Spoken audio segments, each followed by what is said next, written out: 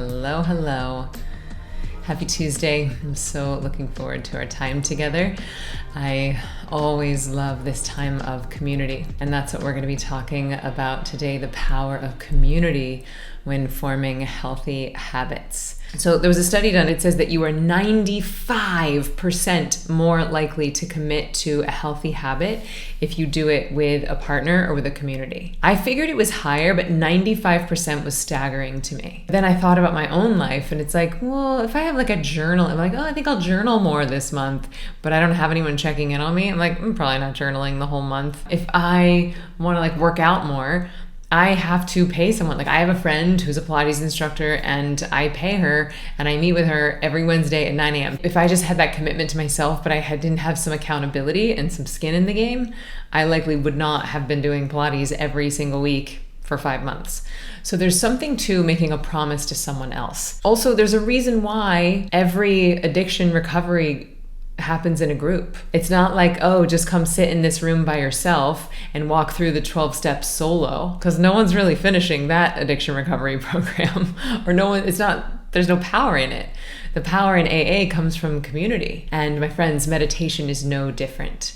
Okay, meditation is tricky because it is an infinitely solo act, right? It is you making friends with yourself. It is you connecting to the divine. It is by nature not social. And yet, there is power in coming together in a community, because then you can share how your change in consciousness or how your shift in consciousness is impacting all the other areas of your life. You can talk about your resistance with other people and see what tips they have for moving beyond the resistance to meditation. And honestly, sometimes it's just as simple as like, hey, is your life this good too? Like, am I cheating? Like, I feel like life should be harder than it is. Is this normal? And it's just nice to know that you're not alone. We're like, oh, life can get this good. And then you have someone to celebrate your successes with. Because here's the deal. If you're vibrating at a certain frequency and hanging out with your friends and drinking and smoking and complaining about how there's no men to date and the economy sucks and politicians suck, and it's just like kind of a low vibe community, low vibe frequency. And then one person, let's say it's you, starts meditating, eating great, exercising, and you start vibrating at a different frequency, start being like, oh, there's serendipity, there's magic, there's joy, there's flow state, I feel abundant, I feel of service. Then you coming in and vibrating at this frequency with your friends who are out down here drinking and complaining and afraid, this is going to create a dissonance. Right? This is not going to be sustainable for a long term. Same thing can happen in romantic relationships, right? It's like if the dissonance gets too great, then the relationship is not sustainable. And so this is why it's so wonderful to have a community of meditators around you, or to inspire your friends to meditate with you, because then everyone starts up-leveling together. Now, it doesn't mean that you all have to like the same stuff or do the same stuff. It just means that there's going to be a happiness set point match. There's going to be an optimism set point match. There's going to be a level of opportunity and joy and flow that is shared with the whole community. Now, personal story. I recently I manifested this.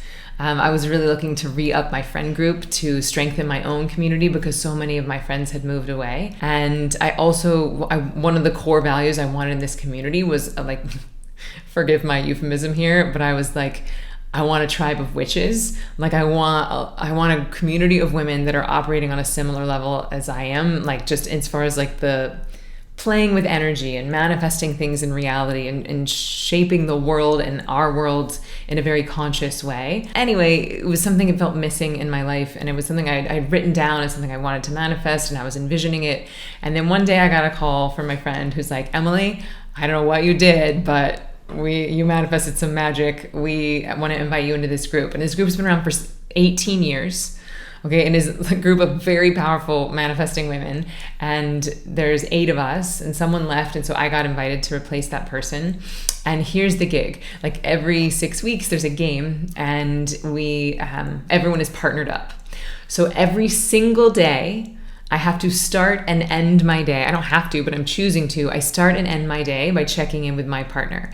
And then it's competitive. So like there's 4 teams and we're all competing on this game of basically like manifesting. Like how much magic can we create in the day? How much magic can we create in the world? How much good can we do in the world? So it's fun because there's community and it's altruistic. And the key here though is that there's accountability. Right? So every morning by 10 a.m., I have to design my day. I have to write it all out, my dreams. I do it past tense, and I have to send it to my buddy by 10 a.m. And then before I go to sleep at night, I have to go through my designed day and I have to take accountability. Like, yes, this thing happened. No, it didn't. Yes, this happened. No, it didn't. So it's not, because sometimes when you manifest, you could just be like, I make $1 million today. And like, I only know one person who's ever made $1 million in one day.